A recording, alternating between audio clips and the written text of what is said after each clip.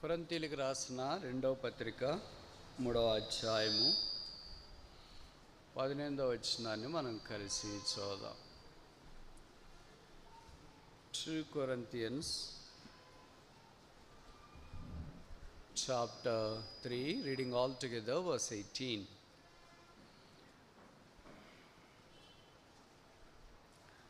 మనమందరమును ముసుగు లేని ముఖముతో ప్రభు యొక్క మహిమను అద్దం వలె ప్రతిఫలింపచేయచ్చు, మహిమ నుండి అధిక మహిమను పొందొచ్చు, ప్రభువు ఆత్మచేత ఆ పోలికగానే మార్చబడుచున్నాము.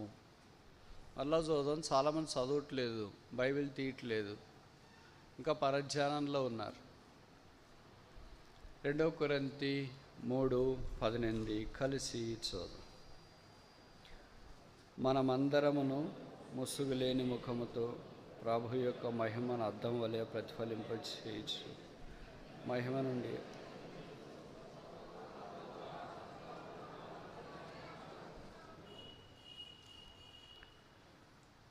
అపోస్తలుడైన పౌలు ద్వారా దేవుడు దాదాపు 14 పత్రికలు కొత్త నిబంధనలో రాయించాడు. దాంట్లో సంఘమునకు 2 పత్రికలు రాసిండేది మొదట ఈ కొరింథీయులకే. కొరింథీ అనగా ముఖం మొత్తుట అని అర్థము. శాటియేటెడ్ అంటే మనం ఉదాహరణకి ఏదైనా స్వీట్ తిన్నామనుకో, లడ్డో ఏదైనా, మొదట తినేటప్పుడు ఏంటో ఒకటే ఇచ్చారు, సరిపోతుందా అనుకుంటాం. మొదటిదేమో తక్కువ వచ్చినట్టు అనిపిస్తుంది, రెండవది ఇస్తే రెండవది కూడా సరిపోదు అనుకుంటాం, కానీ తినలేం, ముఖం మొత్తుతుంది అంటారు, దాన్ని మధురమైంది అంటారు. అలాగే ప్రజలు పాపాన్ని బట్టి ముఖం మొత్తిన పరిస్థితిలో కొరింథీలో ఉన్నారు. అంటే పాపం చేసి చేసి చేసి చేసి పాపమే ముఖం మొత్తిపోయింది వాళ్ళకి. అది మంచి వ్యాపార కేంద్రం, చాలా పెద్ద పట్టణం, నల్గొండ కింటే చాలా పెద్దది. అలాంటి పట్టణంలో దేవుని వాక్య పరిచర్య చేసే అవకాశము అపోస్తలుడైన పౌలుకు దేవుడు అనుగ్రహించినాడు. ఆ పట్టణంలో వాక్య పరిచర్య జరిగించడానికి సహాయకంగా అకుల్లా ప్రిస్కిల అనే దంపతులను దేవుడు సిద్ధం చేసినాడు. వాళ్ళలో అకుల్లా అనే ఆయన యూదుడు, అంటే బ్రదరు. ప్రిస్కిల అనే ఆమె గ్రీకు దేశస్తురాలు, చాలా తెలివైంది. గ్రీకులు అంటే చాలా తెలివైన వాళ్ళు అని అర్థం. వాళ్ళిద్దరూ రోమాలో ఉన్నప్పుడు పరిచయం ఏర్పడి పెళ్లి చేసుకున్నారు. ప్రభులో వారు సాగిపోతున్నారు. రోమాలో క్లౌదియే చక్రవర్తి అందరూ మేము మీ స్థలాలకు వెళ్ళిపోవాలా అని ఆజ్ఞ జారీ చేసినాడు. సాధారణంగా మనల్ని ఒక స్థలం నుండి ఇంకో స్థలానికి వెళ్ళమంటే అంత తేలిగ్గా వెళ్ళము. చిన్న చిన్న విషయాలు, పిల్లలు, విద్యార్థులు స్కూల్లో బెంచ్ల్లో కూర్చున్నప్పుడు బెంచ్ మారమంటేనే ఇష్టపడరు. మనం కూడా ఇల్లు మారాలంటేనే కష్టం, ఊరు మారాలంటే కష్టం, ట్రాన్స్ఫర్లు అంటే ఇంకా కష్టం. దేవుడు వీళ్ళని అక్కడి నుండి కదలేటట్లు లేరని చక్రవర్తి ద్వారా ఆజ్ఞ పంపించింది. చూడండి, కొన్నిసార్లు మనం అనుకుంటా చక్రవర్తి చెడ్డోడు, అందరూ ఉండొచ్చు కదా ఇక్కడి నుండి ఎందుకు పంపించాలా అని అనుకుంటాం. కానీ తర్వాత వాళ్ళకి అర్థమైంది ఏంటంటే, వాళ్ళు అక్కడి నుండి పంపించబడకపోతే పౌలుతో కలిసి పరిచర్యలో పాలు పొందలేరు, కొరింథీ సంఘం రాదు. అర్థమైంది అనుకుంటా. కానీ కొన్నిసార్లు దేవుడు మనకి ఇబ్బందులు, కష్టాలు, నష్టాలు ఇవన్నీ కలుగజేసేది ఎందుకంటే కొంత చుట్టుపక్కల సంఘాల్లో మేలు పొందినట్లుగా. ఒకవేళ వాళ్ళే లేకపోతే పౌలు ప్రకటించడానికి అంత సహాయకులు ఉండేవాళ్ళు కాదు. వాళ్ళు మీకు తెలుసు చాలా పెద్ద ఐశ్వర్యవంతులు, సాధారణంగా డబ్బున్నోళ్ళు మందిరంకి రావాలంటే ఇష్టపడరు. వచ్చిన అత్తిపత్తాకు మాదిరి ఉంటారు. తెలంగాణలో అట్లే అంటారా? అదేనా కాదా? కాదా? అత్తిపత్తి ఆకు అంటే పొలాల్లో ఉంటుంది. ఆకునిట్టు ముడుచుకుని తాకితే ముడుచుకుంటుంది. మళ్ళీ మనం చేయి వదిలేస్తే దానంతటదే వెడల్పు. అలాగ వాళ్ళు మనం దగ్గరికి వెళ్ళామనుకోండి, వాళ్ళు ముడుచుకుంటారు. అంటే మేము చాలా ధనవంతులు, పెద్ద ఆఫీసర్లు అని వీళ్ళు మా దగ్గరికి వస్తున్నారు అని. మనం దూరం వచ్చామనుకో మళ్ళీ వాళ్ళు పురువిప్పుతారు. అకుల ప్రిస్కిల్ల దంపతులు మనకు నేర్పించే ఆత్మీయ గుణపాఠం ఏంటంటే, చాలా పెద్ద దంపతులు. ఎంత దంపతులు తెలిసిన, మీరు డేరాలు కుట్టేవాళ్ళు అంటే ఊరికి బయట చిరిగిపోయిన డేరాలు కుడుతున్నారు అనుకోవద్దండి. వాళ్ళ రోమాలు డేరాలు డీలర్లు అంటే ఇప్పుడు మీరు పెద్ద సీఎం ప్రోగ్రాము అదే ఇది ఇక్కడ ఉందనుకోండి, డేరాల టెంట్లు వెళ్ళంటే ఎక్కడి నుండి వేస్తారు? నల్గొండ వాళ్ళు సరిపోరు. హైదరాబాద్ నుండో విజయవాడ నుండి ఏదో పెద్ద ఊర్లో ఉంటారు అట్లాంటి వాళ్ళు. అలాగ చుట్టుపక్కల డేరాలు ఏదైనా వేయాలనంటే, కొనాలని అంటే రోమాలో వీళ్ళ దగ్గరికి వెళ్ళి కొనాలా. అర్థమైంది అనుకోండి నీకు. దానికి మన అక్క ఎగ్జిక్యూటివ్ డైరెక్టర్, CEO. ఎవరు ఆమె పేరు? ఊరికే చాలామంది ప్రిస్కిల్లా అని పేరు పెట్టుకుంటారు కానీ ఏం ఉండదు. అలాంటి గొప్ప ధనవంతులు అక్కడి నుండి వెళ్ళిపోమన్నారు కదా. ఇప్పుడు ఒక దగ్గర వ్యాపారం స్థిరమైన తర్వాత ఇంకో దగ్గరికి వెళ్ళమంటే వ్యాపారం నిలబడదు. మీకు తెలుసు కదా, కొంతమంది తోపుడు బండ్లు పెట్టుకొని టీ స్టాల్స్, ఇడ్లీ దోశలు పెడుతుంటారు. వాళ్ళు ఆ స్థలం కదిలిచ్చినాం అనుకో, మళ్ళీ ఇంకో దగ్గర కుదురుతుందా లేదా అని అనుమానము, వాళ్ళకి సెంటిమెంట్ కూడా ఉంటుంది. ఈ స్థలం బాగా కలిసి వచ్చింది మాకు, వేరే దగ్గర కలిసి వస్తుందో రాదా అని అనుకుంటారు. అది సెంటర్ కూడా అలాగే రకరకాలుగా అంటారు. రోమా సెంటర్, అది పెద్ద హైదరాబాద్ లాంటి పెద్ద పట్టణం. వాడు అక్కడి నుండి వెళ్ళమంటే ఎట్లా అని భవిష్యత్ లోపల చాలా బాధపడ్డారేమో, మనకు తెలియదు, ఇక్కడ రాయబడలేదు. కానీ మొత్తానికి వాళ్ళు బయలుదేరి కొరింథీకి వచ్చినారు. అంటే రోమా తర్వాత ఇంక పెద్ద పట్టణము, వ్యాపార కేంద్రము కొరింథీనే. వాళ్ళు వ్యాపారస్తులు కదా, వ్యాపారం ఎక్కడ బాగా జరుగుతుందో తెలుసుకొని అక్కడికి వచ్చినారు. వచ్చిన తర్వాత వాళ్ళు ఆ వ్యాపారంలో పాలు పొందడం కంటే ప్రభువు వ్యాపకంలో పాలు పొందడం మంచిదని పౌలు వాళ్ళని అనుకున్నాడు. వాళ్ళతో కలిసి పనిచేయడం ఆయన ఆరంభించినాడు. అలాగే కొరింథీలో దేవుని వాక్యము ప్రకటించినారు. ప్రకటించిన తర్వాత చాలా పోరాటం వచ్చింది.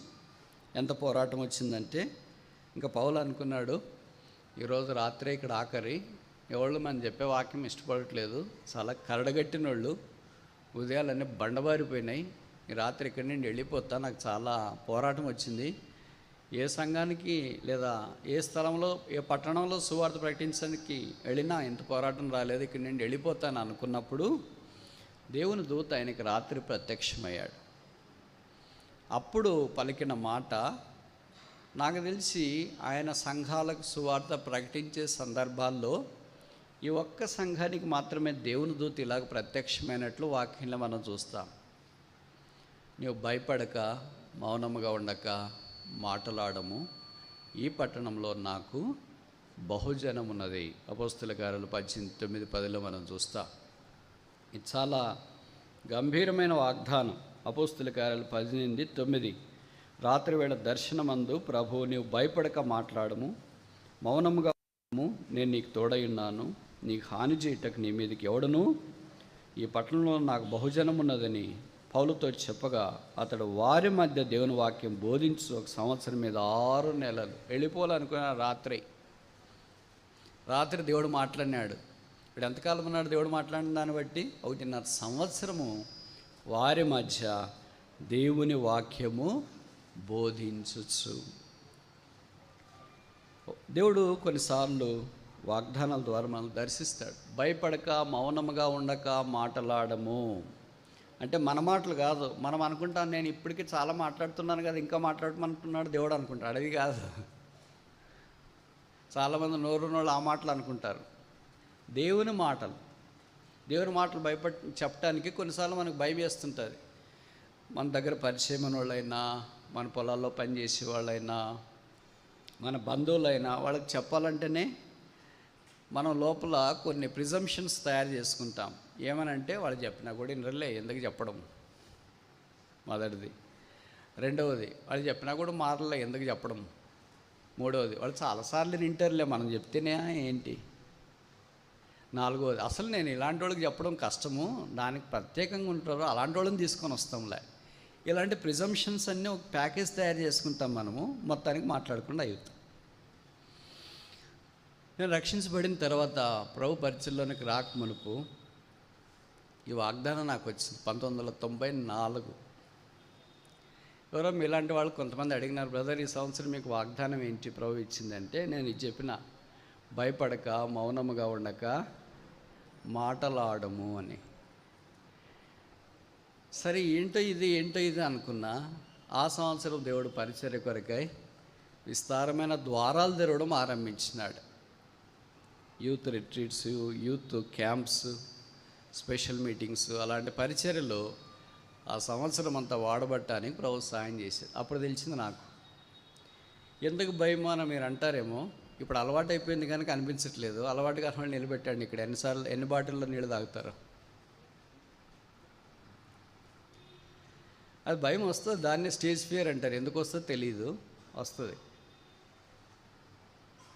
ఇప్పుడు పౌలు లాంటి వాడు స్టేజ్ ఫియర్ని బట్టి భయపడలేదు, పరిస్థితులు ప్రతికూలంగా ఉన్నాయని భయపడినాడు. అందుకే భయపడక మౌనముగా ఉండక మాటలాడు. అప్పుడు ఆయన మాట దేవుని యొక్క వాక్యం ప్రబలమై వ్యాపించింది, సంఘం ఏర్పడింది. సాధారణంగా సంఘాలు ఏర్పడితే మనకు సంతోషం కలుగుతుంది, ప్రభువుకు స్తోత్రాలు అనుకుంటా. ఆ గోధుల మధ్యలో గురుగులు కూడా ఇట్టిపోతాడు కదా మనవాడు. రాత్రి వచ్చేసి ఎప్పుడో గురుగులు ఎత్తేసిపోయింటాడు సైతాను. ఎవరు మన పరిచయ ద్వారా మేలు పొందినారో, ఎవరికి మనం బాప్తిస్మం ఇచ్చినామో, ఎవరు పేరు పెట్టినామో, ఎవరికి పెళ్లి చేసినామో, ఎవరికి అన్ని సహాయం చేసినా వాళ్ళే లేస్తారు ముళ్ళ మాదిరి, వాళ్ళే నిలబడతారు, వాళ్ళే పోట్లాడడం ఆరంభించినారు.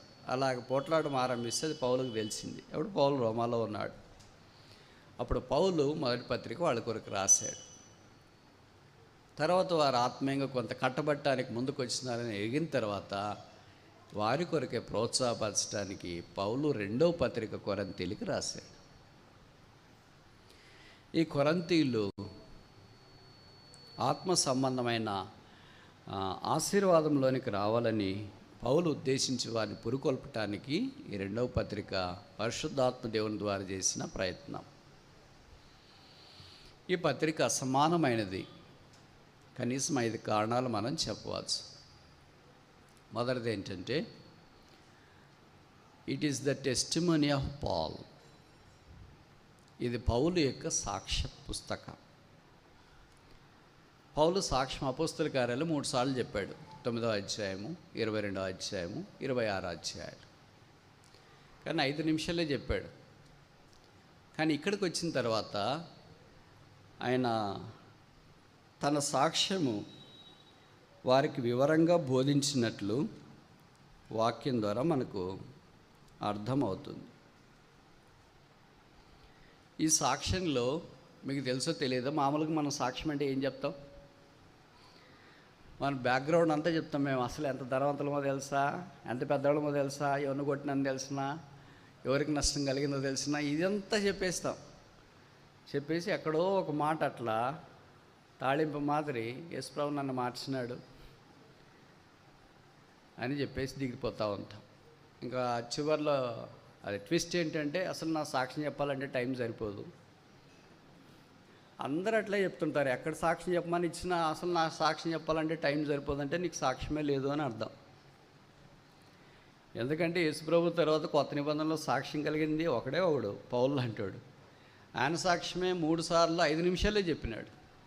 ఆయనకంటే సాక్ష్యం ఉందా మనకి? ఆయనకంటే ఎక్కువ చదువుకున్నామా? ఆయనకంటే వాక్యం బాగా తెలుసా? ఆయనకంటే దేవుని ద్వారా ఎక్కువ దర్శించబడ్డామా? ఏది అవసరమో అది చెప్తే 5 నిమిషాలు తక్కువ వస్తుంది. ఏది అనవసరమో అది చెప్తాం కనుక మనకు టైం తక్కువ వస్తుంది. ఇప్పుడు రెండవ పత్రిక అంతా ఆయన సాక్ష్యమే. మీరు గమనించినారో లేదో, ఆయన సాక్ష్యంలో ఏం చెప్పాడంటే పొందిన కష్టాల గురించి మాట్లాడాడు. బైబిల్ పండితులు అంటారు దాదాపు 40 రకాల కష్టాలు ఈ రెండవ పత్రికలో ఆయన వివరించినాడంట. చివరి ఆఖరి కష్టం ఏంటంటే మా ప్రాణము ఉంటుందన్న నమ్మకం లేని స్థితిలో మేము ఉంటిమి. ఇక చాలా కష్టాలు. సాధారణంగా మనం సాక్ష్యం అంటే ఇవన్నీ కత్తిరిస్తాం. దిగంబరత్వంతో ఉంటిని, ఆహారం లేకుండా ఉంటిని, పస్తులో ఉంటిని, సముద్రంలో ఉంటిని, తర్వాత కొట్టబడితిని, కడప సహోదరుల వల్ల మోసపడుతుంది. ఇవన్నీ మనం చెప్పము, అన్నీ గొప్ప గొప్పలే చెప్పుకుంటాం. మనం పడిపోయింది, పాడైపోయింది, పతనమైంది, మందిరం మానేసింది, బైబిల్ చదవడం మానేసింది, ప్రార్థన చేయడం మానేసింది, ఇవన్నీ మనం చెప్పుకోము, ఎందుకంటే సాక్ష్యం కాదనుకుంటాం. పౌలు కష్టాలన్నీ ఇక్కడ చెప్పాడు కనుక మీరు బాగా గుర్తుపెట్టుకోండి. ఎప్పుడైనా సాక్ష్యం చెప్పాలనుకున్నప్పుడు, ఎవరైనా అవకాశం మీకు ఇచ్చినప్పుడు, ఈ కొరింథీ 2వ పత్రిక పూర్తి ఒకే సిట్టింగ్లో చదవండి. 1 సిట్టింగ్ ఫుల్ రీడింగ్. అప్పుడు మనం ఎలాగ చెప్పుకోవాలో దాన్ని కొద్దిగా వడబోసుకోవచ్చు. మనకి చేయడం వచ్చు కానీ వడబోయడం రాదు, అది సమస్య. అందుకే ఎక్కడ చెప్పినా గొంతు పట్టుకుంటాయి. వడబోస్తే ఫిల్టర్ చేస్తే అప్పుడు సాఫీగా ఉంటుంది. ఇది మొదటి కారణం. కనుక 2 Corinthians is the testimony of apostle Paul. పౌలు యొక్క సాక్ష్యం. డాక్ట్రిన్ సిద్ధాంతం చాలా తక్కువ చెప్పాడు. అంత ఆయన అనుదిన జీవితంలో జరుగుతున్న క్రియాపూర్వకమైన క్రైస్తవ్యాన్ని ఈ పత్రికలో మనం గుర్తించాలని ఆయన చెప్పడానికి పరిశుద్ధాత్మ దేవుని ద్వారా పూనుకున్నాడు. రెండవది, ఈ పత్రికలో this episode gives a tall answer as to why people, Christians suffer. క్రైస్తవులు ఎందుకు శ్రమ అనుభవిస్తారు అనే దానికి నిలువెత్తటి జవాబిస్తుంది. నాకు తెలిసి కొత్త నిబంధనలో ఇంతకంటే ఎక్కువగా క్రైస్తవుడు ఎందుకు శ్రమలు పొందుతాడనే జవాబిచ్చే పుస్తకం ఏమీ లేదంటే తప్పు కాదేమో. బైబిల్ అంతట్లో అయితే యోబు ఉంది. యోబు పద్యభాగం మనలాంటి వాళ్ళకి అంత తేలిక అర్థం కాదు. మీకు అర్థమవుతుంది కానీ నాకేమో అర్థం కాదు. కానీ ఇది గద్య భాగం. పద్యభాగం అంటే మీకు తెలుసు కదా, ఇంత ఉంటుంది. 10 పేజీలో 20 పేజీలో టెక్స్ట్ పద్యభాగం పోయేట్రీ అంటారు. 10వ తరగతిలో, ఇన్స్ట్రుమెంట్లో, డిగ్రీలో. అది ఎన్ని రోజులు చెప్పినా అయిపోదు. రోజు ఒకే సెంటెన్సే చెప్తుంటాడు టీచరు. చివరికి కాలేజ్ డే అయిపోయినా కూడా ఇంకా మిగిలింటుంది. ఈ గద్య భాగం అలా కాదు, చదువుతా పోయేదే ఊరికే. మొదటి లెసన్ ఇది, 2వ లెసన్ ఇది, 3వ లెసన్ ఇది అని చాలా తొందరగా అయిపోద్ది. మనం కూడా చదువుకున్న గుర్తొస్తుంది. That's call prose. కనుక మన కష్టాల్లో, శ్రమలో ఒక క్రైస్తవుడు, why good things happen to bad people and bad things happen to the good people. 2 Corinthians is a tall answer for this question. మంచి సంగతులు చెడ్డోళ్ళకి బాగా జరుగుతాయి, చెడ్డ సంగతులు మంచోళ్ళకి ఎందుకు ఎక్కువ వస్తాయి? ఇది అందరిలో, క్రైస్తవుల్లో ఉండే బలమైన ప్రశ్న. ఈ బలమైన ప్రశ్నకు 2వ కొరింథీ పత్రిక ఒక అందమైన ఎత్తైన జవాబు.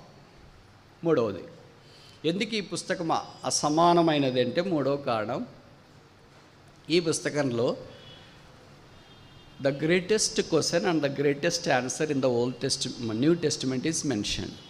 కొత్త నిబంధనలో గొప్ప ప్రశ్న, కొత్త నిబంధనలో గొప్ప జవాబు ఈ 2వ కొరింథీలో రాయబడింది.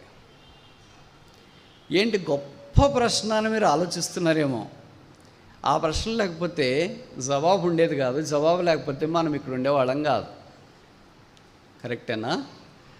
8-9 2 కొరింథియన్స్ చాప్టర్ 8 వర్స్ 9. కొరింథీయులకు రాసిన 2వ పత్రిక 8వ అధ్యాయము 9వ వచనం. 2 కొరింథియన్స్ చాప్టర్ 8 వర్స్ 9. మీరు మన ప్రభు అయిన యేసుక్రీస్తు కృపను ఎరుగుదురు కదా. This is the greatest question in the new testament. మీరు మన ప్రభు అయిన యేసుక్రీస్తు కృపను ఎరుగుదురు కదా. కృప అంటే ఏంటో అక్కడ వివరించినాడు. ఇది చాలా పెద్ద పదమే. ఆయన ధనవంతుడైండి దరిద్రులమైన మన కొరకు ధనవంతుడైన దేవుడు దరిద్రుడిగా చేయబడెను అని జవాబు రాశాడు. ప్రశ్న ఆయన ఇచ్చినాడు, జవాబు ఆయన ఇచ్చినాడు. అందుకే బైబిల్ చాలా అందమైందని మనం ఎందుకంటామంటే, ప్రశ్నలు అక్కడే ఉంటాయి, జవాబు అక్కడే ఉంటుంది. కళ్ళు ఉన్నోళ్ళకి. కళ్ళు లేని వాళ్ళు ఏమంటారు, బ్రదర్ బైబిల్లో నాకు అది అర్థం కాలేదు, ఇది అర్థం కాలేదంటారు. అన్నీ అర్థం కాకపోవచ్చు, అవసరమైంది దేవుడు అర్థమయ్యేటట్టు చేస్తాడు. This is the greatest question. మీరు మన ప్రభువైన యేసుక్రీస్తు కృపను ఎరుగుదరు. ఇది మొదటి పత్రికలో రాసింటే సూట్ అవుతుందని అనుకుంటాం మనము. ఎందుకంటే వాళ్ళు రక్షించబడిన వాళ్ళు, చాలా కాలం ప్రభుత్వం నడిచిన వాళ్ళు, ప్రభు బలలో పాలు పొందిన వాళ్ళు, ఎంతో తలాంతులు ఉన్నవాళ్ళు, జ్ఞానమందు ఐశ్వర్యవంతులు, రిచ్ ఇన్ విజ్డమ్ అంట. అలాంటి వాళ్ళకి ఇంకా ఇప్పుడు కృపను గురించి బోధిస్తున్నాడేంటి? బోధించడమే కాదు, వాళ్ళకి తెలియజేస్తున్నాడు. ఆయన కృపకు అందమైన జవాబు 12:9, 2 Corinthians chapter 12 verse 9.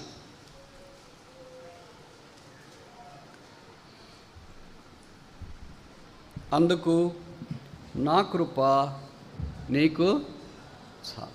ఈ వాక్యం తెలియని క్రైస్తవుడు ఎవరైనా ఉంటే చేయొద్దండి. ఉన్నారా?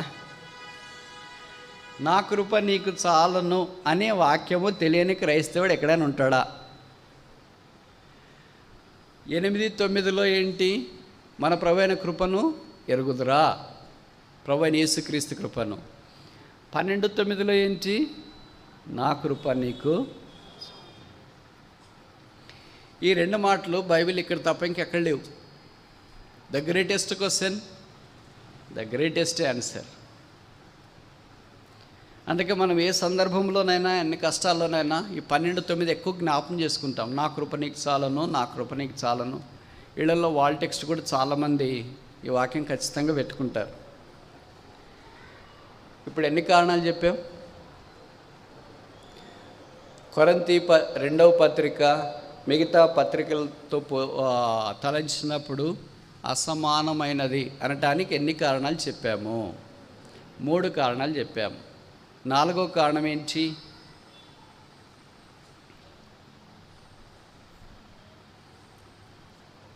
It talks about the greatest place. గొప్ప స్థలాన్ని గురించి మాట్లాడుతుంది. 12:2, 2 కొరింథీ 12:2. క్రీస్తునందు ఒక మనిషిని నేను ఎరుగుదును, అది 14 సంవత్సరాల కిందట 3వ ఆకాశమునకు కొనిపోబడెను. ఇప్పుడు నేను ఒక ప్రశ్న అడగొచ్చా మిమ్మల్ని ప్రశ్న అడిగేంతటి వాడిని కాదు. అసలు మీరు ఎక్కడా, నేను ఎక్కడా? 3వ ఆకాశము దగ్గరికి వచ్చినోళ్ళు, అక్కడే ఉన్నవాళ్ళు కాదు, అక్కడే ఉన్నవాళ్ళు చాలామంది ఉంటారు. వచ్చినోళ్ళు బైబిల్లో ఎంతమంది ఉన్నారు? మొదటి వ్యక్తి ఎవరు? చివరి వ్యక్తి ఎవరు? పౌలు అనే వ్యక్తి.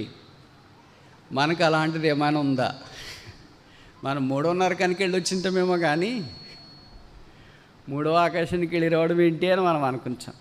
బైబిల్ పండితులు ఏమంటారంటే కనీసం 2 వ్యక్తులు 3వ ఆకాశానికి వచ్చిండొచ్చు. దాంట్లో మొదటివాడు అపోస్తలుడైన పౌలు, రెండవవాడు అపోస్తలుడైన యోహాను. ప్రకటన గ్రంథం 4వ అధ్యాయంలో పరలోకం తెరవబడి ఉండగా నేను చూచితిని అని అన్నాడు కదా. ప్రభు ఆత్మ నన్ను ఎత్తుకొని పోయాను, తోడుకొని పోయాను. కనుక బహుశా ఆయన 3వ ఆకాశము అనుభవంలోనికి వెళ్ళి, ఆకాశాలు 7 అంటారు, మరి 3వది, 4వది, 5వది, 6వది ఇలాగ రకరకాలుగా బైబిల్ పండితులు మాట్లాడుతూ వస్తారు. నాకు వీటిని గురించి అంత ఎక్కువ తెలియదు, అందుకనే నేను ముందుకెళ్ళటానికి ప్రయత్నం చేస్తా. ఇప్పుడు 4 కారణాలు చూసినాం. మొదటిది ఇక్కడ చూడండి, అక్కడ రోజు చూస్తూనే ఉంటారు కదా. కొరింథీ 2వ పత్రిక అసమానమైనదని చెప్పడానికి మొదటి కారణం ఏంటి? ఇది అపోస్తలుడైన పౌలు సాక్ష్య పుస్తకం. రెండవది, ఇది విశ్వాసికి, క్రైస్తవునికి శ్రమలు ఎందుకు వస్తాయి అని తెలియచేయటానికి ఎత్తైన ఒక ఉదాహరణ లేదా వివరణ. మూడవది, ఈ పుస్తకంలో గొప్ప ప్రశ్న, మీరు మన ప్రభువైన యేసుక్రీస్తు కృపను ఎరుగుదురు కదా. అలాగే గొప్ప జవాబు, నా కృప నీకు చాలు. 4వది, పరదైసులోని కొనిపోబడిన మనిషి. చూడండి, ఎవరైనా హాస్పిటల్కి పోయి వస్తే ఎంతమంది వెళ్తాం, ఇప్పుడు వెళ్ళట్లేదులే కరోనా వచ్చిందని. అంతకుముందు గుంపులు వెళ్ళేవాళ్ళు. అందుకే ఎబ్రోన్ ఫెలోషిప్ వాళ్ళని హాస్పిటల్లో చేర్చుకోకూడదని కొన్ని కార్పొరేట్ హాస్పిటల్ డిసైడ్ అయ్యిండే. ఎందుకంటే మందలు పోతున్నారు, మందలు వస్తున్నారని వాళ్ళు ఇబ్బంది పడిపోయేవాళ్ళు, పేషెంట్కి ఏమైనా అవుతుందేమో అని. ఇప్పుడు కరోనా వచ్చినప్పటి నుండి వెళ్ళట్లేదు అనుకో, అది వేరే విషయము. అలాగే హాస్పిటల్ నుండి వస్తేనే ఇంతమంది వెళ్తామే, ఒక వ్యక్తి పరదేశం 3వ ఆకాశానికి వెళ్ళి వచ్చినాడంటే ఇంకెంతమంది వెళ్ళింటారు చుట్టానికి. అలాంటి భక్తుడు దైవికమైన సంగతులు మన కొరకు రాయటానికి పూనుకున్నట్లు వాక్యంలో మనము గమనిస్తూ ఉన్నాం. ఇంక 5వ కారణం చెప్పి ముగించమంటారా?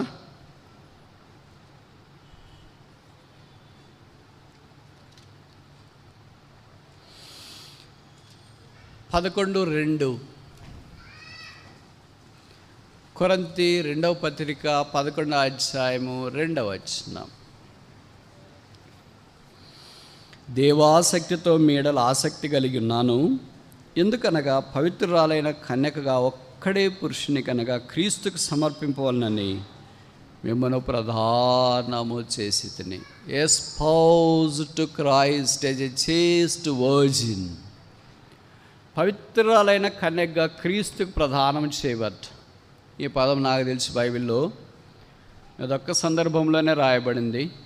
ప్రధానం అనే మాట విషయాలు మనకు కనిపిస్తున్నా, మత్తయి సువార్తలో కూడా కనిపిస్తున్నా, కానీ సంఘము యేసు ప్రభుతో ప్రధానం చేయబడేది ఇక్కడే మనకు జ్ఞాపకం చేయబడుతుంది. ఇది క్లైమాక్స్, అల్టిమేట్ ఎండ్. ఇది సంఘం యొక్క పరాకాష్ఠ, అంతం. మన యేసుక్రీస్తు ప్రభు వారు మన కొరకే ప్రాణం పెట్టిన ఆ ప్రభుతో మనము ఐక్యపరచబడ్డ.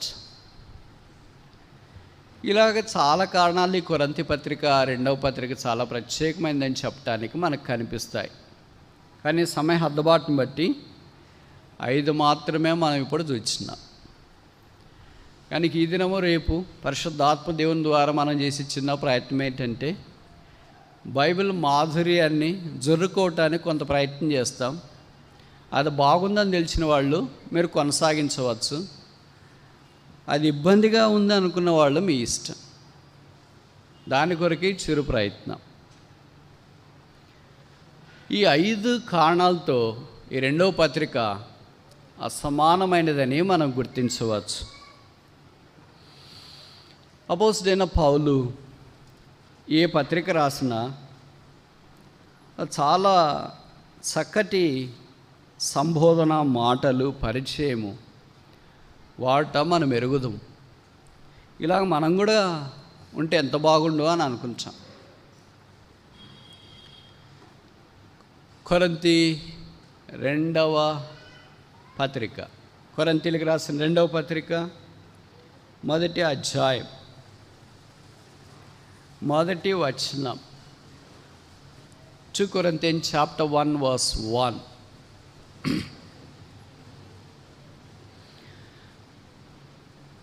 ఈ 1వ వచనంలో కనీసం 6 విషయాలు ప్రస్తావించినాడు. ఈ మొదటి సెషన్లో దాన్ని చూసి ముగించడానికి ప్రయత్నం చేస్తాం. 2 Corinthians chapter 1 verse 1. కొరింథీలకు రాసిన 2వ పత్రిక 1వ అధ్యాయం 1వ వచనం. దేవుని చిత్తము వలన క్రీస్తు యేసు యొక్క అపోస్తులైన పౌలును, మన సహోదరుడైన తిమోతియును, కొరింథీలోనున్న దేవుని సంఘమునకు, అకయందంతటనున్న పరిశుద్ధులందరికీ శుభమని చెప్పి వ్రాయున్నది. చూడండి, పౌలు లాంటి వాడికి సమానమైన వాళ్ళు ఎవరైనా ఉంటారని మనం అనుకుంటామా? ఇప్పుడు మనకు సమానమైన వాళ్ళ కంటే మనకంటే ఎక్కువ వాళ్ళే ఉంటారు. కానీ మనకు గర్వం లోపల తాండం ఆడుతూ ఉంటుంది. నేనేంటి వాళ్ళని బలక్రియడం ఏంటి, నేనేంటి వాళ్ళకి ప్రైజ్లాడి చెప్పడం ఏంటి, నేనేంటి వాళ్ళతో మాట్లాడడం ఏంటి, వాళ్ళకే పని ఉంటే వస్తారులే, వాళ్ళే మాట్లాడతారులే, వాళ్ళే చూస్తారులే, ఇవన్నీ మనం అనుకుంటాం. కానీ పౌలు దేవుని ప్రజలంటే దైవ దృష్టితో చూచినట్లుగా మనకు ఆయన పత్రికల ఆరంభం చూస్తే అర్థమవుతుంది. ఇక్కడ 5 విషయాల్లో మొదటి విషయం మనం చూస్తాం. దేవుని చిత్తము వలన. కొత్త నిబంధనలో యేసు ప్రభు తర్వాత దేవుని చిత్తం ఎవరైనా ఎక్కువ చేసినారని అనుకుంటే దేవుని చిత్త ప్రకారం పరిచయం చేసినారని అనుకుంటే, దేవుని చిత్రం యొక్క కేంద్రంలోండి పరిచయం చేసినారు అనుకుంటే ఆ వ్యక్తి ఎవరై ఉంటాడు? అపోస్తలుడైన పౌలు. అందుకని ఆ మాట ఆయనకు వెన్నుతో పెట్టిన విద్య, ఆ మాట అనుభవపూర్వకమైన అభ్యాసం, దేవుని చిత్తము వలన. కనుక దేవుని చిత్తము తన పత్రిక రాయటానికి కూడా ప్రోత్సహించినట్లుగా అర్థమవుతుంది. కనుక మొదటిది ఏంటంటే, సోర్స్ ఆఫ్ దిస్ ఎపిసల్, ఈ పత్రిక రాయటానికి మూలం దేవుని చిత్తము. ఆయన దేవుని చిత్తానికి వెలపటి ఏది చేసేవాడు కాదు. చూడండి, అపోస్తలుల కార్యాలు మనం చూస్తాం కదా, ఆయన ఒక దగ్గరికి పరిచర్యకి వెళ్ళాలా అని అనుకుంటే ప్రభువు ఆత్మ వారిని, యేసు యొక్క ఆత్మ వారిని వెళ్ళనీయలేదు. అంతటా వారు మాసిదోనియా దాటి త్రోయకు వచ్చి, అంటే దేవుని ఆత్మ ద్వారా నడిపించబడుతున్నారు. ఎందరు దేవుని ఆత్మ ద్వారా నడిపించబడతారో, రోమా 8:14, వారందరూ దేవుని కుమారులు. నడిపించబడిన వాళ్ళందరూ ఏమో మీరే అర్థం చేసుకోండి. Those who are led by the Holy Spirit are called sons, and paraphrase ఏంటంటే daughters. And those who are not led by the Holy Spirit are dash, పరిశుద్ధాత్మ దేవుని ద్వారా నడిపించబడని వాళ్ళు. కనుక పరిశుద్ధాత్మ దేవుని నడిపింపు కింద మనము దినాల్లో దైవజనుడు భక్సింగ్ గారు దేవుని చిత్త ప్రకారం ప్రార్థన చేసి ప్రార్థనాపూర్వకంగా కార్యక్రమాలు పూనుకున్నట్లు మనకు పరిచయం. మనలో చాలామంది వింటాం కదా. ఇక్కడున్న ముఖ్యంగా బ్రదర్స్ని అడుగుతా, మీరు తల వెంట్రుకలు కత్తిరించుకోవాలనుకున్నప్పుడు ప్రార్థన చేసుకొని సెలూన్కి వెళ్ళేవాళ్ళు ఎంతమంది ఉన్నారు? చేయొద్దండి. నాకు తెలిసి ఎవరు ఉండము, నేను కూడా అలాగే చేయను. ఇది రొటీన్ కార్యక్రమం కదా అని అనుకుంటాం. కానీ ఆ దైవజనుడు చిన్న తల వెంట్రుకలు కత్తిరించుకోవటానికి, షేవింగ్ చేసుకోవటానికి ఆ దినాల్లో షేవింగ్ కూడా బయట చేసుకునేవాళ్ళు. దాన్ని కూడా ప్రార్థన చేసుకుని వెళ్ళేవాళ్ళు. అలాగా కొంతమందిని ప్రభు దగ్గరికి తీసుకొని వచ్చినాడని మనం వింటుంటాం. అలాగ పరిచర్యలో దేవుని చిత్తం కొరకు ప్రయాసపడినాడు. ఆ మధ్యలో ఒకసారి గోదావరి ప్రాంతం, ఆంధ్రప్రదేశ్లో గోదావరి ప్రాంతానికి అక్టోబర్లో భక్సింగ్ గారు బాగా యాక్టివ్గా ఉన్నప్పుడు, అంటే చురుగ్గా పరిచయం జరిగిస్తారు, వృద్ధాపం ఇంకా రాకమునుపు వెళ్ళి ఆయనతో పాటు, ఆయన ఎప్పుడు ఒకడే వెళ్ళేవాళ్ళు కాదు, ఆయన ఎప్పుడు టీమ్. ఒకళ్ళే చేయాలనుకునేది ఇట్స్ నాట్ బిబ్లికల్. వీళ్ళు చాలామంది అనుకుంటారు, అలాగే చేస్తుంటారు కూడా. నేను బైబిల్లో మీకు చాలా ఉదాహరణలు చూపిస్తా. Walking with team, walking with team, walking with team, ఒక జట్టుగా పనిచేయటం. కనుక ఆయనతో పాటు కొంతమంది పరిచర్య కొరకు గోదావరి ప్రాంతానికి వెళ్ళారంట. బాగా వర్షకాలం. అక్కడ స్థానికులు ఏం చేశారంటే భక్సింగ్ గారి దగ్గరికి వెళ్ళి, బ్రదర్, మామూలుగా మనం చెప్తాం కదా, ఈ ప్రాంతం మీకు ఎక్కువ తెలియదేమో, అప్పట్లో 30-40 ఏళ్ళ క్రితం వర్షాలు పట్టుకుంటే ఆగేవి కాదు, ఆగితే వచ్చేవి కాదు. నేను చెప్పే మాటలు పాత వాళ్ళకి అర్థమైంటే 30 ఏళ్ళ క్రితం వర్షాలు పట్టుకుంటే ఆగేవి కాదు, ఆగితే వచ్చేవి కాదు. కనుక బహుశా మీకు ఇక్కడ తెలియదేమో, ఇది వర్షకాలము, పట్టుకుంటే ఆగవు. అందులో గోదావరి దగ్గర ఎలాగ ఉంటుందంటే ఇంట్లో నుండి బయటికి కాలు పెడితే అంత జిగట మన్ను నల్లరాగడి ఉంటుంది. కనుక సువార్ చెప్పాలంటే పొలాల్లో ఉరమళ్ళలో వెళ్ళాలి. ఇక్కడ మన మాదిరి రోడ్లు, కొండలు, గుట్టలు ఉండవు. ఆరాత్మీకి పోవచ్చు, ఈ చెట్టు దగ్గరికి వెళ్ళవచ్చు అంటానికి ఉండదు. అక్కడ నీకు కనచూపు మేరలో ఎంత దూరం అన్నా చూసి ఒక్క రాయి కూడా కనిపించదు. నల్గొండ జిల్లాలో కనుచూపు మేర ఎక్కడన్నా చూడు రాయి తప్ప. నాకు తెలుసు, మీకు ఎలాగ తెలుసు అని అనుకుంటారేమో, మీకింటే ఎక్కువే తెలుసు. ఎలాంటి రాళ్ళు ఉన్నాయి, ఎలాంటి ఫ్లోరైడ్ ఉంది, ఏం కదే, నల్గొండ జిల్లా దేనికి ప్రసిద్ధి అని తెలుసు. సరే, విచిత్రం ఏంటంటే భక్సింగ్ గారికి అలాగొచ్చి చెప్తే బ్రదర్ వర్షకాలము కనుక బయటికి వెళ్ళి సువార్త చెప్పాలంటే కష్టమవుతుంది, సువార్త దండయాత్ర లోపటే మందిరం లోపలే ఉండి ప్రార్థన చేస్తానులేండి ఈ వారం రోజులు లేదా మీరు ఎన్ని రోజులు ప్రభు మిమ్మల్ని నడిపిస్తే అని అన్నారంట. అంటే ఇప్పుడు భక్సింగ్ గారు అన్నాడంట, ఇది వర్షకాలం కదా బ్రదర్, అందుకనే మేము చెప్పడానికి వచ్చాం మన పక్కన వాళ్ళంటే. ఆయన అన్నాడంట, I am not led by the seasons, I am led by the spirit of God. ఇంకోసారి చెప్పనా, I am not led by the seasons, I am led by the spirit of God.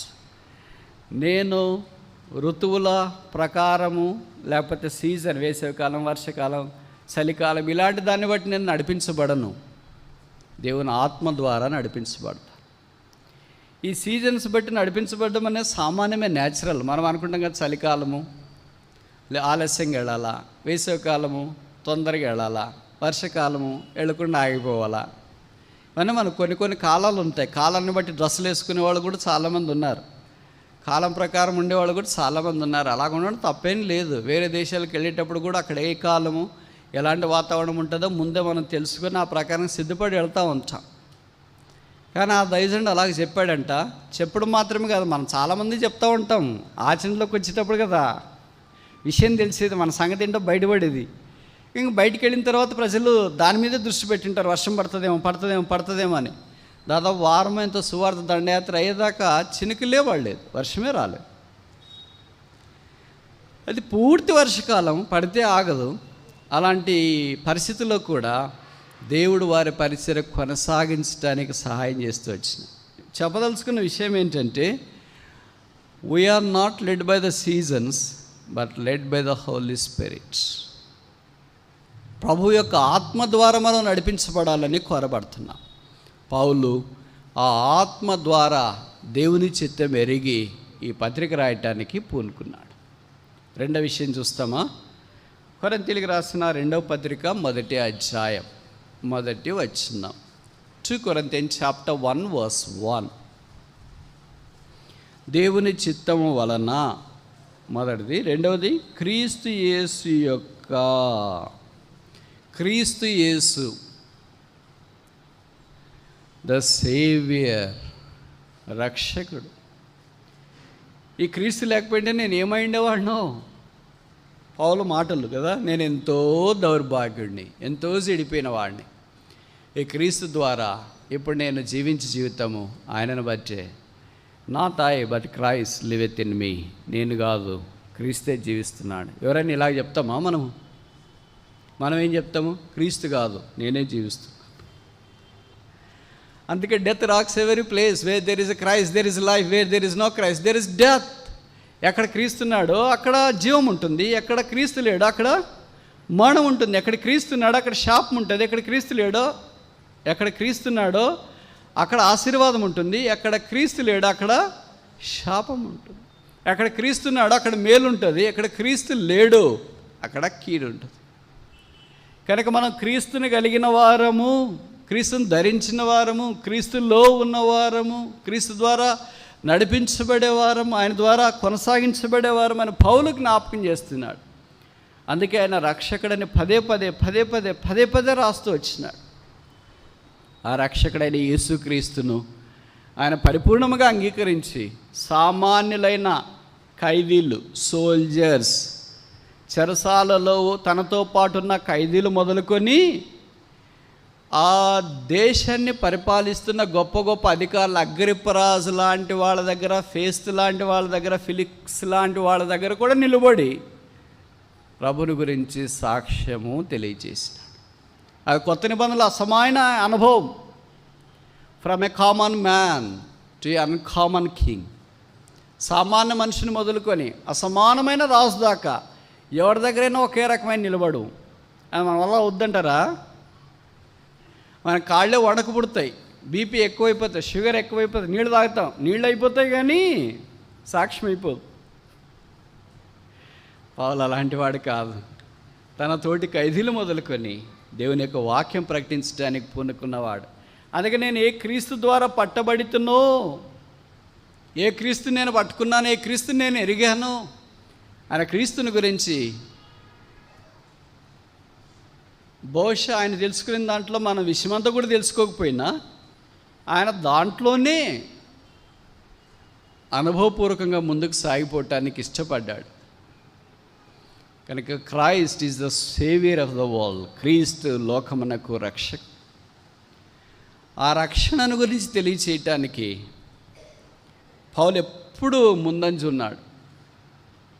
ఇంకా ఎవరైనా ప్రభుని అంగీకరించకుండా ఉంటే, మారు మనసు పొందకుండా ఉంటే, పాపక్షమాపణ పొందకుండా ఉంటే, ఈ మధ్యాహ్నం మేము జ్ఞాపకం చేస్తున్నాం. బహుశా మీరు క్రైస్తవ కుటుంబమే, విశ్వాసుల పిల్లలే, మీ అమ్మగారు నాన్నగారు సండే క్లాస్ టీచర్లేమో, లేదా బాధ్యత వహించేవారేమో, సేవకులేమో, బోధకులేమో, కాపర్లేమో, పరిచారకులేమో, కానీ మీరు రక్షణ పొందలేదు. ఈ దినాల్లో చాలామంది విశ్వాసుల పిల్లలు రక్షణ పొందుకోకుండా ఉండడము ఒక పెద్ద సమస్యగా మారింది. సమస్య అంటే సమాజానికి కాదు, వారికే, వారి తల్లిదండ్రులకే, ఆ కుటుంబానికే.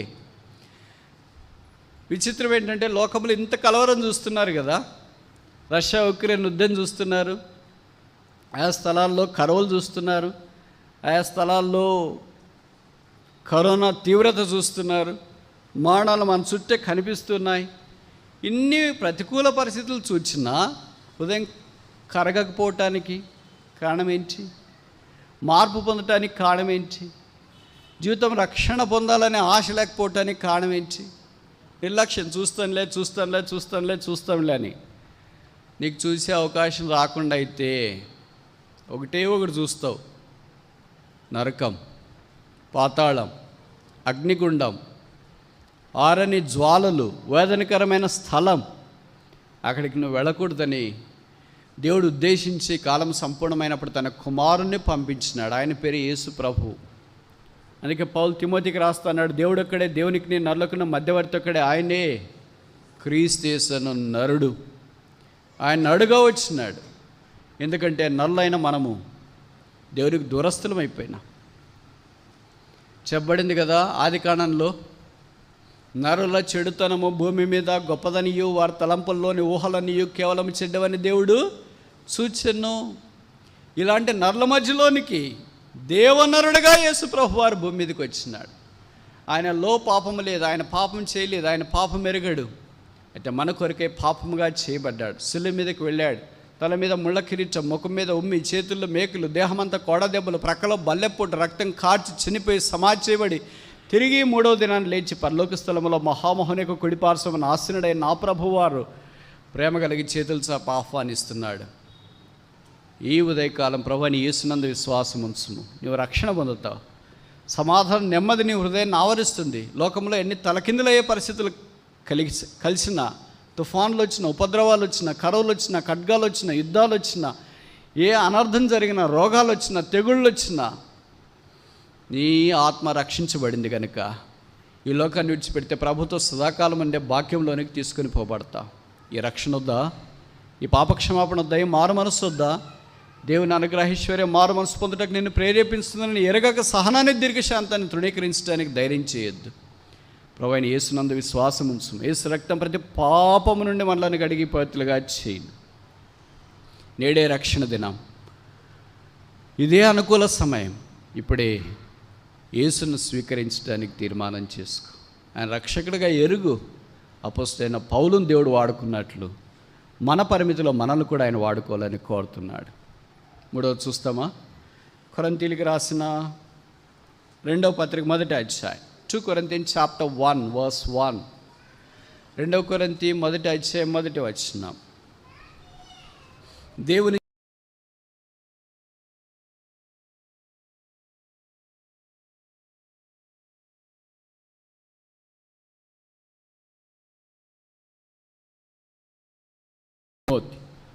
అంటే జత పనివారిగా పౌలు తిమోతి పేరు కూడా ప్రస్తావిస్తున్నాడు. మనం ఒకరి పేరు ప్రస్తావించాలంటే ఎంతో కష్టం.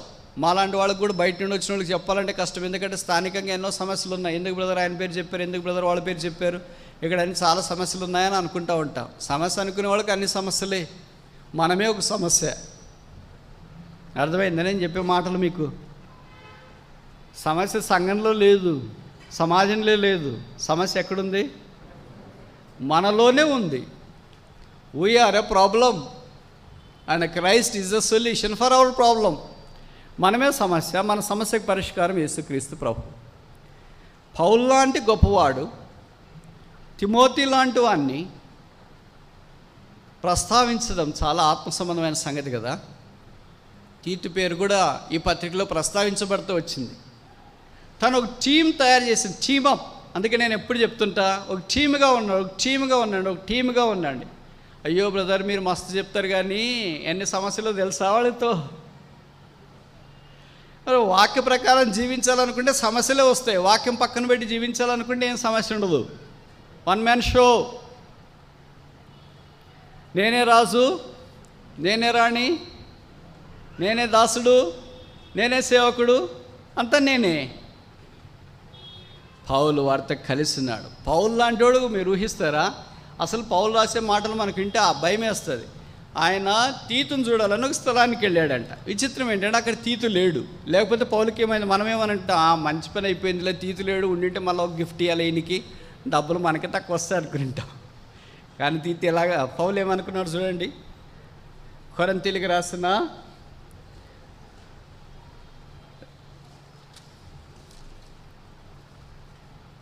2వ పత్రిక 2వ అధ్యాయం 12వ వచనం. 2 Corinthians chapter 2 verse 12.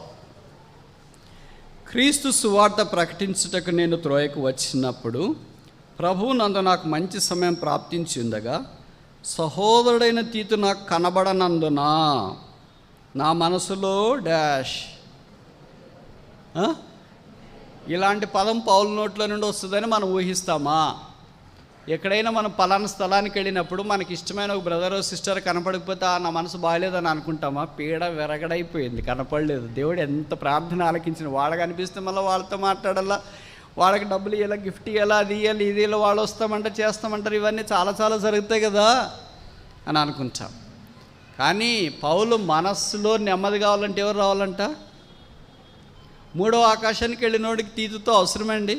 14 పత్రికలు రాసిన వాడికి తీతుతో అవసరమండి. 30 సంవత్సరాలు పరిచయం చేసినోడికి తీతుతో అవసరమండి. ఇంత చేసినోడే తీతు తిమోతిని గురించి ప్రస్తావిస్తుంటే మనకేమీ లేదు. మనం కూడా ఎలాగో టీమ్గా పనిచేయట చాలా ప్రాముఖ్యమైన సంగతి అని మనం గుర్తించాలి. కనుక ఇక్కడ తెలియజేసే మాట ఏంటంటే సర్వెంట్స్ ఆఫ్ గాడ్, దేవుని దాసులుగా, జతపని వారిగా, పరిచారకులుగా వారు మనకు కనిపిస్తున్నారు. మొదటిది సోర్స్ ఆఫ్ దిస్ ఎపిసల్, ఈ పత్రిక యొక్క మూలము దేవుని చిత్తము. రెండవది ద సేవియర్ ఆఫ్ దిస్ ఎపిసల్, ఈ పత్రిక యొక్క రక్షకుడు యేసుక్రీస్తు ప్రభువు. మూడవది ద సర్వెంట్స్ ఆఫ్ దిస్ ఎపిసల్, ఈ పత్రిక యొక్క పరిచారకులు అపోస్తలుడైన పౌలు, తిమోతి, తీతు మనకు కనిపిస్తున్నారు. అందుకే ఒకళ్ళే కాకుండా మీరు మామూలుగా టీవీలోన యూట్యూబ్లో చూస్తుంటారు కదా, ఒకళ్ళదే పరిచయం స్టార్టింగ్ ప్రేయర్ నుండి ఎండింగ్ ప్రేయర్ దాకా వాళ్ళే చేస్తుంటారు, అన్ని కూడికలు వాళ్ళే చేస్తుంటారు. ఇక్కడ బైబిల్లోన మనం చాలా విషయాలు గమనిస్తే ఎట్లున్నారంటే అసలు ఆశ్చర్యం వేస్తుంది. మన స్టేజ్ దగ్గరికే ఎవరు రావరు, ఇంక భోజన బల దగ్గరికి ఎవరు రారు. ఒక విషయం చెప్పనా, మీరేమనకపోతే, యేసుక్రీస్తు ప్రభు కూడా ఎప్పుడో ఒకేసారి ఒకడే భోజనం చేశాడా? మనలాంటి వాళ్ళు అంటే శిష్యులందరినీ అక్కడ పెట్టాడు బయట. యేసు ప్రభు ఇక్కడికి వచ్చి ఏం చేశారా? మా తలకూర చేశారా, బోటి చేశారా, పాయ చేశారా, చేపలు చేశారా, కొరమీన్ చేశారా, ఏం చేశారు అని అడిగింది. ప్రభు లాంటి మనసు మనకుంటే ఎంత బాగుంటుంది. ఆయన బేతనీకి వెళితే ఆయనతో పాటు 12 మంది శిష్యులు, ప్రభు మీరు రొట్టెలు చేపలు తినండి, మేము కావాలంటే రొట్టెలు కారం తినేస్తాం అనలే. మనం అంటే ఏం చెప్పింటాం, అలాగే అని అంటే అందరికి చేపలు లేవులే, మీరు మామూలుగా తినేసిపోండి అని. పౌలు, యేసు ప్రభు మనకు నేర్పేది ఎంత చక్కగా ఉంది. పాత నిబంధనలో కూడా అలాగే ఉన్నారు. మీకు ఒక్క వాక్యం చూపించమంటారా వద్దా? బ్రదర్స్ మొక్కలు చూస్తుంటే వద్దనే మొక్కల్లో ఫేస్ పెట్టినారు. ఎలాగో చూపించినా మేమేమి అట్లా ఆచరించలేండి, మీరు ఎన్నన్నా చూపించుకోండి అంటారా? నెహెమ్యా గ్రంథం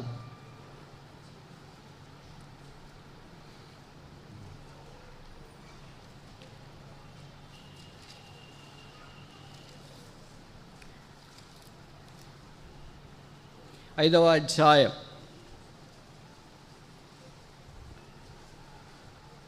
17వ వచనం. నెహెమయా చాప్టర్ 5 verse 17. 5:17.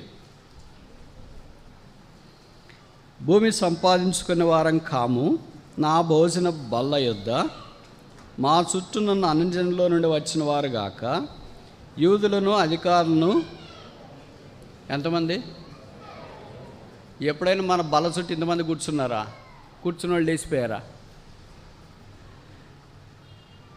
ప్రతి బల్ల చుట్టూ ఇంతమంది కూర్చోవాలని నేను చెప్పట్లేదు. అంటే మనమే కాకుండా వేరే వాళ్ళు కూడా ఉండాలనేది ఇది మనకు అర్థం అవుతుంది. నెహెమ్యా ఎంత గొప్ప నాయకుడు! అలాంటి నాయకుడు ఉన్నాడా ఇక్కడ? గొప్ప నాయకుడు, గొప్ప పరిచారకుడు, గొప్పగా దేవుని ద్వారా వాడబడినవాడు. ఆయన ఏమంటాడు? నా బల్ల. మా బల్ల కాదు. అంటే ఆయన కొరికే నియమించబడింది. ఆయన ఒకటే తినొచ్చు. కానీ ఏం చేశాడంట? అన్యులు కాకుండా యూదులు అధికారులైన వాళ్ళు 100 మంది పైగానే ఆయన దగ్గరికి వచ్చిన. ఆయన రోజు మెనూ ఏమో తెలుసా? కింద వచనంలో రాశారు. నెహెమ్యా 5వ అధ్యాయము 18వ వచనం. నా నిమిత్తము ప్రతిదినము. ఇంక చదవండి మీరే.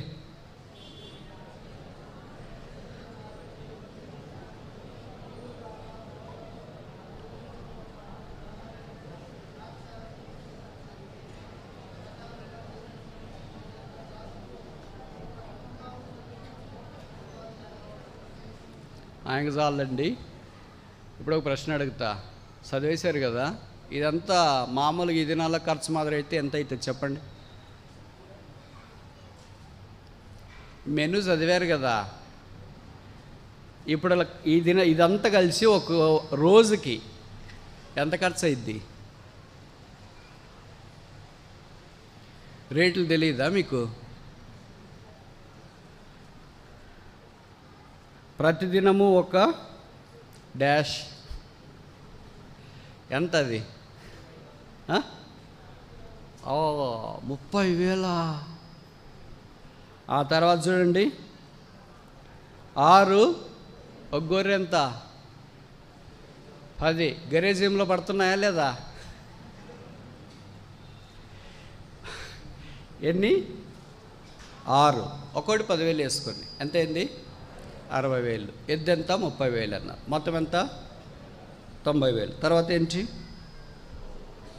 ఇది మన పోర్షను. కోళ్ళ ఫారం కూడా పెట్టినారు వాళ్ళు. మన మొదటి 2 ఉండవు కానీ చివరిది మాత్రం ఉంటుంది కోళ్ళు. సరే, ఒక 10,000 వేసుకో. మొత్తం రోజుకి ఎంత? ₹1,00,000. ఇప్పుడు నేను అడుగుతా, ఎన్ని రోజులు ఇలాగ తిన్నాడు?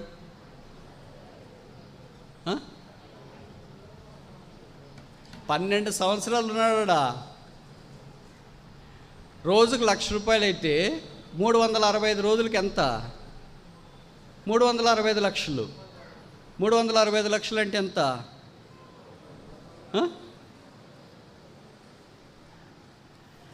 12 సంవత్సరాలకి ఎంత? ఇదంతా ఎవరు ఇచ్చినారు? కనకపెట్టి పెట్టినారా? అప్పుడు ఇవన్నీ ఆలోచిస్తే మన కళ్ళకు బయర్లు గమ్ముతాయి, వెన్నుల్లో వణకబుడుతుంది. ఏంటిది? ఏంటి ప్రభా? ఎట్లా అర్థం చేసుకోవాలి ప్రభా ఇవన్నీ అని? ఒక్క దినానికి ఇంతమంది ఏళ్ళు తగ్గలే. మనమైతే తగ్గిస్తాం. ఈరోజు ఆదివారం కదా, సరే ఏదో వచ్చిన రేపటి నుండి తగ్గిస్తాం అనుకుంటాం. ఇలాంటి భోజన బల్ల నెహెమ్యా భోజన బల్ల ఉంది, దావీదు భోజన బల్ల ఉంది, సొలొమోను భోజనపు బల్ల ఉంది. ఇవన్నీ మనం చూసినప్పుడు మనకి ఎందుకు ఊరికే సరదాగా రాయలేదు ఇది. మనం కూడా కొద్దిన్నా ఒక ఇసుమంతాన నేర్చుకోవాలని రాశారు. మనం ఏం చేస్తాం? ఇసుమంత కూడా కాదు, మైనస్ బల్ల తిప్పేసి పెట్టింటాం. కలిసి దేవుని దాసులైన వారు, అపొస్తలులైన పౌలు, తిమోతి, తీతు ఒక జట్టుగా దేవుని యొక్క కార్యక్రమంలో పాలు పొందినట్లు ఈ 2వ కొరింథీ పత్రిక 1వ అధ్యాయంలో మనం నేర్చుకుంటూ ఉన్నాం. తర్వాత 4వది కొరింథీలకు రాసిన 2వ పత్రిక 1వ అధ్యాయము మొదటి వచనం, కొరింథీలో ఉన్న దేవుని సంఘము, the spear of the epistle. ఈ పత్రిక యొక్క హద్దులు కొరింథీ పట్టణం. అక్కడ రకరకాలైన విశ్వాసులు ఉన్నారు, వ్యాపారస్తులు ఉన్నారు, సామాన్యమైన వాళ్ళు ఉన్నారు, ఇంకా తెలివి కలిగిన వాళ్ళు ఉన్నారు, తలాంతులు కలిగిన వాళ్ళు ఉన్నారు, నమ్మకస్తులైన వాళ్ళు ఉన్నారు, అలా కాని వాళ్ళు కూడా ఉన్నారు. కనుక సంఘం అంతటికీ ఈ వాక్యోపదేశం అపోస్తలుడైన పౌలు చేస్తున్నట్లు మనకు అర్థమవుతుంది. తర్వాత అకయ అంతటనున్న పరిశుద్ధులందరికీ, ఆయన పదం మాత్రం వదిలేయడు. ఎవరంటే వాళ్ళు ఎవరు? కొరింథీయులు. అలసిపోయారా? కొరింథీయులు ఎవరు? అలసిపోయారా? ఇప్పుడే మీరు అలసిపోతే ఇంకా మధ్యాహ్నము అంతా చాలా ఉందంట. ఎవరు కొరింథీయులు? పరిశుద్ధులంట. కానీ వాళ్ళు పరిశుద్ధత గురించి మొదటి పత్రికలో రాశాడు. అసలు మీ మూల గురించి అంత తక్కువ చెప్తే అంత మంచిది అన్నట్టుగా రాశాడు. అక్కడ 5వ అధ్యాయం మొదలుకొని 10-11 అధ్యాయాల దాకా వారిని ఒక్కసారి వైట్ వాష్ చేసినట్లు చేశాడు. బెత్తం పట్టుకొని రావాలా మీ దగ్గరికి? ఎవళ్ళు ఏంటంటే చాలా అతికి చేస్తున్నారంటే, ఓవరాక్షన్ చేస్తున్నారంటే మీరంతా ఏమనుకుంటున్నారు అని ఒకళ్ళని ఆయన ఉతికి ఆరేసినట్లుగా రాస్తూ మళ్ళీ వాళ్ళకి ఏం రాస్తారు? మీరు పరిశుద్ధులు. మొదటి పత్రిక మొదటి అధ్యాయంలో కూడా రాశాడు పరిశుద్ధులు, సెయింట్స్ ఆఫ్ ద ఎపెజల్. ఈ పత్రిక యొక్క పరిశుద్ధులు. ప్రభుకు స్తోత్రాలు. అపరిశుద్ధులైన మనల్ని యేసుప్రభు రక్తము ద్వారా ఆయన పరిశుద్ధులుగా చేసినాడు. వీరందరికీ ఏంటంటే, చివరిది చెప్పి ముగిస్తాను. నాకు తెలిసి మీ బాడీ లాంగ్వేజ్ అప్పుడే మారిపోయింది. నేను టీచర్ కనుక నాకున్న చెడ్డ అలవాటు ఏంటంటే బాడీ లాంగ్వేజ్ని బట్టి వాక్యం చెప్తా.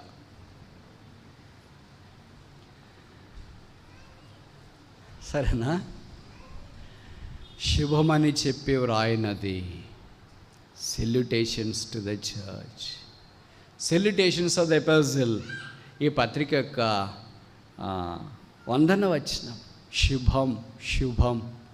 ఎవరైనా మనకు శుభం అని చెప్తే ఎలాగా మనం ఫీల్ అవుతాం? ఎక్కడన్నా క్రైస్తవేతలు రాసింటారు శుభం లాభం. వచ్చి బైబిల్లో తీసుకున్నారేమో వాళ్ళు. మీకు శుభమని చెప్పి వ్రాయినది. పౌలు రాసిన చాలా పత్రికలు ఈ పదం వాడాడు. మీకు శుభం, మీకు శుభం, మీకు శుభం, మీకు శుభం. గెరిజిమ్ కొండకు వచ్చిన విశ్వాసులారా మీకు శుభం. దేవుని వాక్యం ఆన్లైన్లో వింటున్న వారులారా మీకు శుభం. దేవుని సన్నిధ్యంలో కనబడుతున్న వారులారా మీకు శుభం. ఇది మామూలుగా మనలాంటి సామాన్యమైన వాళ్ళే, తల్లి తండ్రి అన్న అక్క చెల్లో, మనకంటే సీనియర్స్ జూనియర్స్ మీకు శుభం అంటేనే అబ్బా మంచి వచనం పలికారు అని అనుకుంటామే. పౌలు లాంటి ఆత్మీయమైన వాడు ఒక సామాన్యమైన విశ్వాసాలకు మీకు శుభం అంటే ఎంత ప్రోత్సాహకరమైన మాట, ఉబ్బి తబ్బిబ్బయ్యే మాట కదా. మీకు శుభం, మీకు శుభం. ఈ శుభమైన మాట పరసంబంధమైన మాట. మీకు తెలుసు కదా, లూకా సువార్త మొదటి అధ్యాయంలో గాబ్రియల్ దూత మరే దగ్గరికి వచ్చినాడు. కన్యకైన మరే దగ్గరికి వచ్చిన వెంటనే ఏం పలకరించినాడు? ఏంటమ్మా బాగున్నావా, టిఫిన్ చేసావా, ఎలాగుంది, షుగర్ ఎట్లుంది, బీపీ ఎట్లుంది అని అడిగాడా? ఏమని అడిగాడు? బట్టలు ఎన్ని కొన్నావు, క్రిస్మస్కి ఎన్ని కొన్నావు, ఇయర్ ఎండింగ్కి ఎన్ని కొన్నావు, గుడ్ ఫ్రైడేకి ఎక్కడ తీస్తున్నావు, షాపింగ్ ఎక్కడ, ఏంటి, ఎలాంటి వాచ్ కట్టావు, యాపిల్ వాచ్ కట్టావా, మామూలుగా కట్టేసేవా అని అడిగాడా గాబ్రియల్ దూత. ఆయన భాష చూడండి, దయాప్రాప్తురాలా నీకు. కనుక శుభము ఈజ్ ఏ హెవెన్లీ లాంగ్వేజ్. శుభము అనేది పరసంబంధమైన భాష. పరలోకము నుండి ప్రభు పంపించిన వర్తమానం ఇది. శుభం. ఈరోజు చేరి వచ్చిన దేవుని ప్రజలందరికీ శుభం. దేవుని మాటలు వింటున్న వారికి శుభం.